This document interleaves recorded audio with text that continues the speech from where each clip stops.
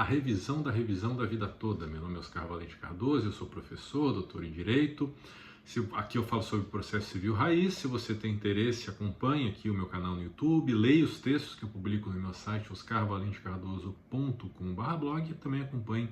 as minhas redes sociais. No vídeo de hoje eu vou falar sobre a mudança de entendimento que ocorreu no julgamento e na formação de precedentes vinculantes, principalmente nos tribunais superiores, a partir de uma perspectiva processual na chamada tese da revisão da vida toda, que ocorreu nos últimos anos, principalmente no julgamento do tema 999 do STJ, depois na sequência no tema 1102 do STF, ou seja, no controle difuso de constitucionalidade, e agora, recentemente, há poucos dias, também no STF, mas no controle concentrado de constitucionalidade, a mudança de entendimento no julgamento de duas ações diretas de inconstitucionalidade, a ADI 2110 e a ADI 2111. Em primeiro lugar, antes de entrar nos aspectos processuais, só para contextualizar o tema, a tese de revisão de benefícios previdenciários, chamada ou conhecida como revisão da vida toda, basicamente consiste no pedido de inclusão no cálculo dos benefícios previdenciários e principalmente das aposentadorias, que aí tem um período contributivo maior, das contribuições pagas antes de julho de 1994 para os segurados que já estavam filiados ao RGPS, ao Regime Geral de Previdência Social, antes dessa data. E essa tese da revisão da vida toda surgiu como uma resposta à limitação criada pela Lei número 9.876 de 99, ou seja, e aí é algo que também se critica muito, essa demora para se fixar um precedente sobre um assunto tão relevante, com repercussão e uma imensa quantidade de benefícios previdenciários. 25 anos depois, isso ainda está sendo discutido, a constitucionalidade do artigo 3º dessa lei ainda está sendo discutida nos tribunais superiores. Por quê? A Lei 9.876 de 99, ela é conhecida por ter criado o fator previdenciário, mas além disso também ela mudou a forma de cálculo dos benefícios previdenciários e também criou uma regra que limita nesse cálculo para as aposentadorias concedidas a partir da entrada em vigor da lei, as contribuições, os salários de contribuição pagos a partir de julho de 94, que na prática acabou potencialmente prejudicando os segurados que tinham contribuições mais elevadas antes de julho de 94. E por que uma lei de novembro de 99 escolheu esse limite temporal em julho de 1994? Aí nós temos duas razões principais. A primeira dela, o Plano Real, que depois de muitos anos de inflação alta e de hiperinflação no país, o Plano Real estabilizou a economia, estabilizou a inflação e alterou uma moeda que passou a circular justamente a partir do dia 1º de julho de 1994. Então, para evitar uma maior complexidade na elaboração de cálculos previdenciários usando mais de uma moeda, a lei limitou a julho de 94, porque aí todos os benefícios previdenciários são apurados exclusivamente com base nas contribuições feitas em reais. E também se menciona que nesse ano, em 94, o INSS também passou a dar passos maiores, a avançar na informatização, inclusive das informações de contribuições previdenciárias, segurados, dependentes, entre outros, o que também facilita o acesso a esses dados e o tratamento desses dados para verificar as contribuições dos segurados, vínculos, os dados que forem relevantes para o cálculo do benefício, e facilitou enormemente a elaboração. Isso depois acabou evoluindo para a automação, e hoje o INSS e a Dataprev já estão avançando inclusive no uso da inteligência artificial para fazer de forma automática esses cálculos, porque até então e antes disso eram fichas, eram papéis, eram microfichas que precisavam ser conferidas manualmente, digitadas manualmente, com elaboração de cálculo em planilhas, conferência pelos servidores, o que dava um trabalho muito maior. Então, essa fixação pela Lei 9.876 de 99 do mês de julho de 1994 como um limite para, a partir daqui, né, a partir de novembro de 99, os cálculos vão ser feitos com base nas contribuições pagas a partir de julho de 94, tem essas duas razões principais. Uma moeda só, o cálculo em reais, todas as contribuições pagas a partir de julho de 94 foram pagas em reais, não há necessidade de conversão de moeda, e também pelo fato de uma informatização maior já a partir dessa data e a desnecessidade, a dispensa de verificação de fichas, de papéis, de folhas para apurar as contribuições dos segurados, o que é muito menos seguro do que a verificação no sistema informatizado. Então, a base legal, o fundamento legal dessa tese da revisão da vida toda está na Lei 876 de 99, que, em primeiro lugar, modificou, além da criação do fator previdenciário, ela também modificou o artigo 29 da Lei 8.213 de 91, que é a Lei de Benefícios da Previdência Social, e até então o salário de benefício, em regra, era apurado a partir da média aritmética simples das últimas 36 contribuições dentro de um período máximo de 48 meses. Então vejam que antes da mudança pela Lei 9876, não se pegava toda a vida contributiva, não se pegavam contribuições anteriores. Então, se alguém pedisse um benefício ao INSS, uma aposentadoria por tempo de contribuição na época, em outubro de 99, seriam verificadas as contribuições feitas nos últimos 48 meses, ou seja, até outubro de 95, então já após julho de 94, e dentro desses 48 meses seriam levados em consideração as 36 maiores contribuições pagas pelo segurado. Então, já em 99 havia uma limitação até maior do que a criada pela Lei 9876, porque não se pegavam todas as contribuições do segurado, não se escolhiam as maiores dentro de todo o período contributivo para fazer esse cálculo, o que, eu não vou tratar aqui, mas o que voltou mais recentemente com a emenda constitucional 103 de 2019, que passou a exigir todo o período contributivo. Mas aqui a Lei 9876 modificou essa forma de cálculo, que era limitada aos últimos 48 meses, para pegar todo o período contributivo posterior a julho de 94. Então, além das mudanças que a Lei 9876 fez no artigo 29 da Lei 8.213, ela tem uma regra de transição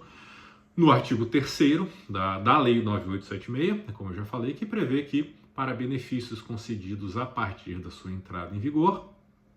que foi em 29 de novembro de 99, então, independentemente de se o requerente do benefício está afiliado ao regime geral desde os anos 70, desde os anos 80, desde 91, 92, 95 ou desde outubro de 99,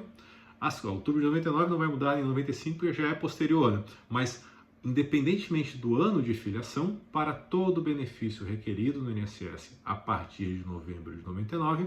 as contribuições a ser consideradas são apenas aquelas posteriores a julho de 94, o que levou a discussões judiciais, a questionamentos por quem poderia ser beneficiado com um salário de benefício maior se tinha contribuições mais elevadas antes de julho de 94, e para ficar só nos precedentes vinculantes, eu vou citar apenas o IRDR número 4 do Tribunal Regional Federal da 4ª Região, que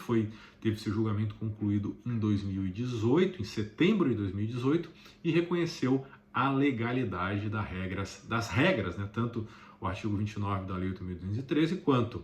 o artigo 3º da Lei 9876, com a limitação das contribuições posteriores a julho de 94. Porém, e aí isso acabou levando a uma propositura maior de processos judiciais, de ações de revisão de benefícios na Justiça Federal contra o INSS, foi o julgamento pelo Superior Tribunal de Justiça do tema 999 dos recursos repetitivos, em que o STJ mudou esse precedente do IRDR número 4, firmado pelo TRF4, para permitir que o segurado filiado ao regime geral de previdência social até 25 de novembro de 99 pudesse optar pela regra mais vantajosa a ele, ou seja, se os salários de contribuições anteriores a julho de 94 fossem menores do que os pagos após, e aí afetariam e reduziriam o benefício deixariam de fora, mas se a média, se a quantidade acaba elevando o cálculo do salário de benefício, o segurado tem o direito, de acordo com a tese que foi fixada no tema 999 do STJ, o segurado teria o direito de incluir no cálculo de seu benefício as contribuições pagas ao INSS antes de julho de 94. E aí, esse processo chegou ao Supremo Tribunal Federal, foi reconhecida a repercussão geral no recurso extraordinário interposto pelo INSS. O Supremo afetou a questão ao tema 1102 dos seus recursos extraordinários da repercussão geral do recurso extraordinário, melhor dizendo, e em dezembro de 2022 julgou esse tema 1102 para concluir que o segurado que implementou as condições para o benefício previdenciário após a vigência da Lei 9876 de 99 e antes das novas regras criadas pela Emenda 103 de 2019, tem o direito de optar pela regra que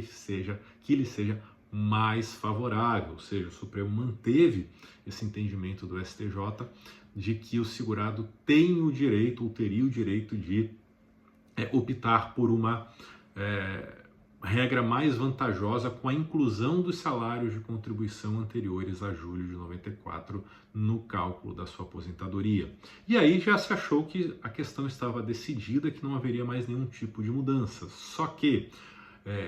mais ou menos, ou praticamente um ano depois, em dezembro de 2023, o plenário virtual do STF concluiu o julgamento dos embargos declaratórios opostos pelo INSS contra o acórdão e anulou o julgamento, por uma questão formal, anulou o julgamento não só do próprio STF no seu tema 1102, mas do Superior Tribunal de Justiça no tema 999, por entender que ali se discutiu uma questão constitucional e o STJ não observou a regra de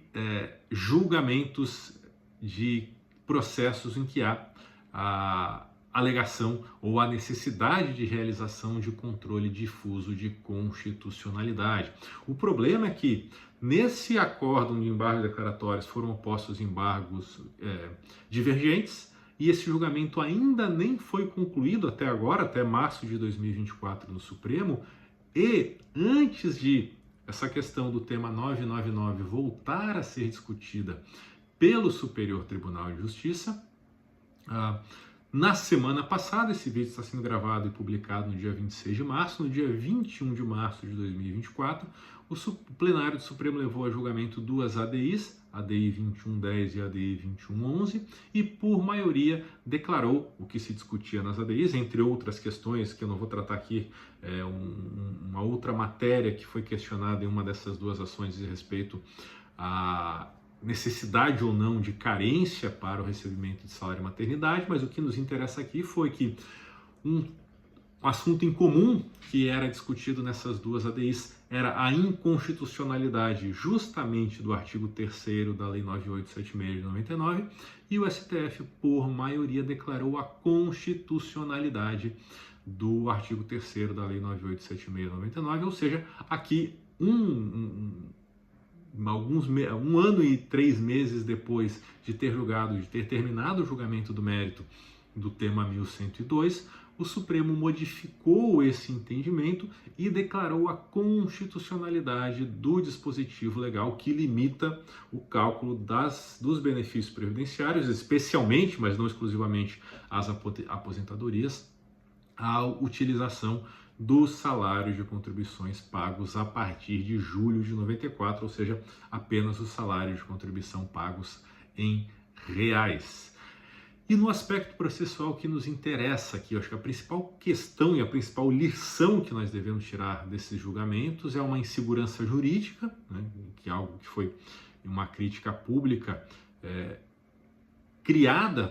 por essa oscilação de julgamentos, principalmente dentro do Supremo, em um período curto de tempo, né, ainda que o julgamento do tema 1102 não tenha transitado em julgado, o próprio Supremo entende que o julgado, o mérito na seção, os tribunais e juízes inferiores já devem aplicar esse entendimento. Nesse caso, na sequência, logo com a oposição dos embargos declaratórios, o relator determinou a suspensão dos processos em todo o país. Mas na prática, ainda que não tenha ocorrido o trânsito em julgado do tema 1102, nós tivemos um período inferior a 1 ano e meio, 2 precedentes vinculantes elaborados pelo tribunal, pelo mesmo tribunal, em sentidos totalmente contrários um ao outro. Ainda que, como eu falei, o tema 1102 tenha sido anulado pelo STF 1 ano depois por uma questão processual. E esse tipo de oscilação de mudança de entendimento é um dos temas que eu tratei na minha tese de doutorado, que depois eu transformei numa versão comercial atualizada e adaptada, que está nesse livro aqui, as 3 vinculações da fundamentação das decisões judiciais no Código de Processo Civil. Vou deixar o link para quem tiver interesse aqui embaixo. E no CPC, apesar do sistema de precedentes não ser formalmente organizado, nós temos basicamente ali uma concentração em 2 artigos, o 926 e 927, e depois artigos esparsos em todo o CPC sobre a existência de um rito diferenciado, de técnicas de aceleração de julgamento para a aplicação dos precedentes vinculantes que estão previstos lá no artigo 927 do CPC. Mas o CPC nós podemos extrair do Código que o tribunal competente para elaborar um precedente também tem competência para superá-lo, ao contrário dos países de common law, cujas regras influenciaram o nosso sistema de precedentes, ao menos em parte, não totalmente, em que é possível, em que se admite que um juiz de primeira instância ou um tribunal inferior possa, eventualmente no futuro, superar um precedente de tribunal superior nas situações em que se considera possível essa superação. No Brasil, no sistema criado pelo CPC, isso não é possível. Só o tribunal que elaborou um precedente pode superá-lo, e o que acaba acontecendo normalmente, mas não exclusivamente, com a elaboração de um novo precedente vinculante para superá-lo, seguindo o mesmo rito do anterior. Aqui nesse caso supremo, nós tivemos 2 técnicas diferentes. Primeiro, controle difuso, recurso extraordinário com repercussão geral do tema 1102, e depois 2 ações diretas de inconstitucionalidade, controle concentrado, ADI 2110 e 2111. Então nós tivemos uma superação de um precedente criado num controle difuso por um precedente criado num controle concentrado. É claro que na época que o controle concentrado foi julgado, esse precedente já tinha sido anulado pelo próprio Supremo, então não houve propriamente a superação de precedente. Só que na prática isso aconteceu porque nós tivemos uma variação pequena de integrantes da Corte nesse curto período, e o que se espera do Judiciário, de acordo com as normas do CPC sobre a formação, a aplicação e a superação de precedentes, é a indicação específica de uma hipótese de superação, o que exige um ônus argumentativo maior na fundamentação da decisão, porque em tese, mas não é isso que ocorre na prática no Brasil, isso já acontecia antes do CPC 2015, em que nós não tínhamos regras específicas sobre precedentes vinculantes, a gente tinha uma tradição de jurisprudência com eficácia persuasiva, mas a partir do CPC 2015 isso ainda ocorre, e que em tese, né, não deveria, mas acaba sendo, não deveria, mas acaba sendo suficiente para essa mudança de entendimento, uma modificação da composição do colegiado, ou a modificação de entendimento dos próprios julgadores, né, em tese não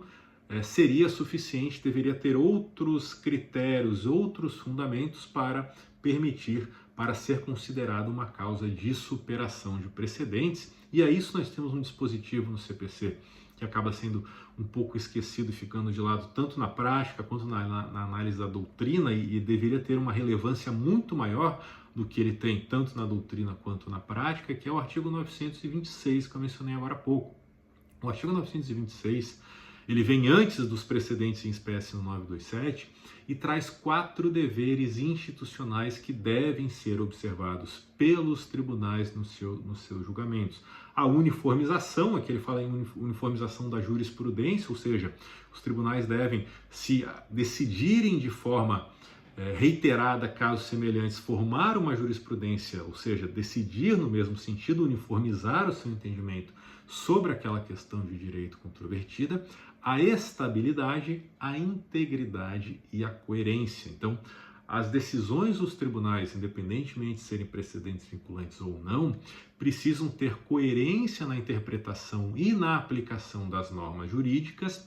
precisam ter uma fundamentação que seja internamente compatível e também manter um diálogo de conformidade entre os seus próprios acórdãos para evitar o tratamento desigual de situações semelhantes. Ou seja, aqui no artigo 926, o que se espera dos tribunais é que haja não apenas a aplicação da segurança jurídica e do princípio da isonomia no sentido de decidir casos iguais de forma semelhante, de tratar igualmente os iguais e tratar desigualmente os desiguais na medida da sua desigualdade. Isso é uma ideia que vem desde Aristóteles e no Brasil acabou ficando mais conhecida por causa de Rui Barbosa. Se espera que também haja um diálogo entre acórdãos sobre questões de direito diferentes, mas que tenham fundamentos em comum. Então, é preciso haver essa coerência externa que poderia se enquadrar na integridade prevista no artigo 926, que haja um diálogo nos fundamentos utilizados nas decisões colegiadas dos tribunais. Então, a necessidade de se observar esses deveres do artigo 926 pelo Judiciário também é extremamente importante para assegurar a confiança dos jurisdicionados no sistema de justiça, porque esse tipo de variação de interpretações, principalmente em um período curto de tempo, sobre questões semelhantes, independentemente de serem tribunais diferentes ou mesmo dentro de um único tribunal, ressalta a importância de se observar o sistema de precedentes criados pelo Código de Processo Civil de 2015, porque garantir uma uniformidade, a estabilidade das decisões judiciais, especialmente quando se trata de temas que tenham um grande impacto social e econômico, é fundamental para promover a previsibilidade do direito, o princípio da isonomia, como eu falei, e a segurança jurídica, que são valores fundamentais previstos na nova Constituição, na nossa Constituição de 1988. E agora, o que provavelmente deve acontecer aqui, o STJ faça a adequação do seu tema 999 ao decidido pelo Supremo nas ADIs 2110 e 2111, e se o Supremo reapreciar o tema 1102, também a tendência é que seja mantido esse entendimento mais atual, mas é claro, como eu falei, se na prática se acaba sendo admitida a mudança de entendimento apenas em virtude da mudança da composição do órgão colegiado, em tese, pode haver ainda alguma mudança de novo, por isso que eu achei importante trazer essas questões processuais aqui na análise dessa decisão, principalmente